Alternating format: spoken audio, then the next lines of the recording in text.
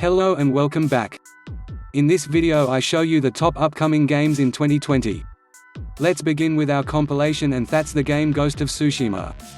Sucker Punch hit us with quite the surprise when it first revealed Ghost of Tsushima out of the blue, a samurai-led tale of ancient Japan from the studio that brought you the infamous and Sly Cooper series.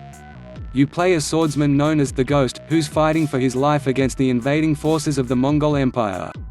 The story that unfolds is based on real historical events that kicked off in the year 1274. The latest trailer that debuted at the Game Awards 2019 not only gave us a release date, it also showed off some seriously slick combat and a variety of gorgeous vistas in the biggest game Sucker Punch has ever made by a wide margin. Prepare yourself for plenty of intense melee combat in a large, open-world take on feudal Japan. The Last of Us 2. The Last of Us 2 picks up the story of Joel and Ellie 5 years after the original game. While survival in a post-outbreak world will still be the key theme of the game, and it will be set, at least partly, in Seattle. Ellie is seriously pissed off about something in the latest reveal trailer, and the stakes look higher than ever.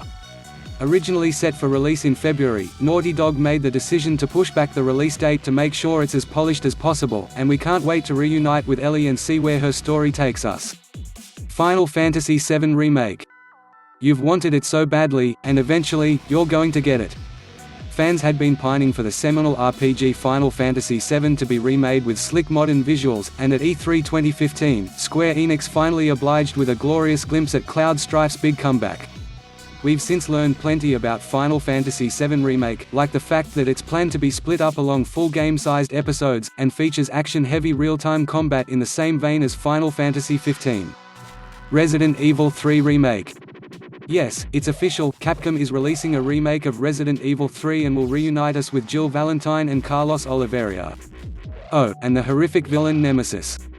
The Resident Evil 2 remake was one of the best recent releases, and if it's anything to go by, the return of 3 will take us on another updated zombie-infested fright fest. It'll be great to see the new take on the original 1999 release. When it was revealed at a recent State of Play, it was announced that 3 will also include the multiplayer spin-off Project Resistance to boot. Halo Infinite. Make no mistake, 343 Industries' follow-up to 2015's Halo 5 is still a long way off, but it's definitely happening. Bearing a curious new subheader and running on a brand new game engine known as Slipspace, the first Halo Infinite trailer almost seems to suggest that Master Chief's next adventure will have MMO qualities to it, or at least be more open-ended and sandbox-like in flavor. That instantly familiar shot of his armor also teases a potential technological downgrade for everyone's favorite Spartan, though plot details remain threadbare for now. MMO or otherwise, Halo Infinite could just be the Halo comeback we've all been waiting for. Watch Dogs Legion. Ubisoft is taking the hacking action to a futuristic post-Brexit London. Originally set for release in March 2020, the studio announced Watch Dogs Legion was being pushed back and currently has a vague release date window between the 2020-2021 fiscal year. Still, with everything we know about the return of Watch Dogs so far, it certainly looks like it'll be worth the wait. One of the most exciting aspects of your adventures in London is that you'll be able to play as absolutely anyone in the city. Yep, every NPC is playable. If you want to play as a grandma with a taser, you can. Sold. Persona 5 Royal. The Phantom Thieves are coming back in full swing for another round of Persona goodness with a shiny expanded version of Persona 5 packed full of extra content. Royal introduces an entire new semester, a new area, new characters and an additional story arc. If you held off from tucking into the excellent adventure the first time around, Royal is the perfect excuse to dive right in. It's also a good reason to have your heart stolen by the Phantom Thieves all over again. Wasteland 3.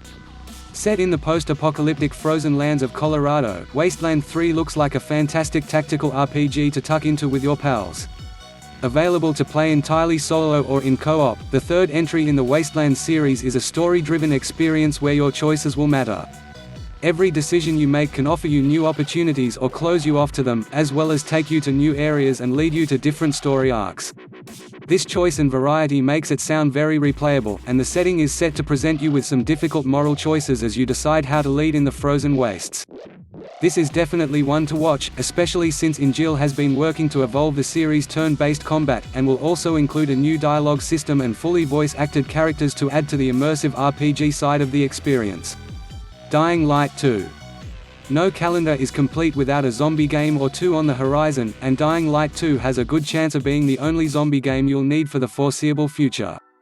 Techland got off to a fantastic start with the original Dying Light in 2015, and its sequel intends to healthily expand those parameters in every regard. With its reactive world, branching narrative, finessed combat, and radically upgraded visuals, Dying Light 2 is everything you could hope for in one beautifully apocalyptic package, and then some. There's no release information as of yet, but our barbed wire baseball bats are already prepared and eager for zombie blood. Metroid Prime 4. You know a series is popular when a teaser showing literally nothing besides a numbered logo can garner 2 million views on YouTube.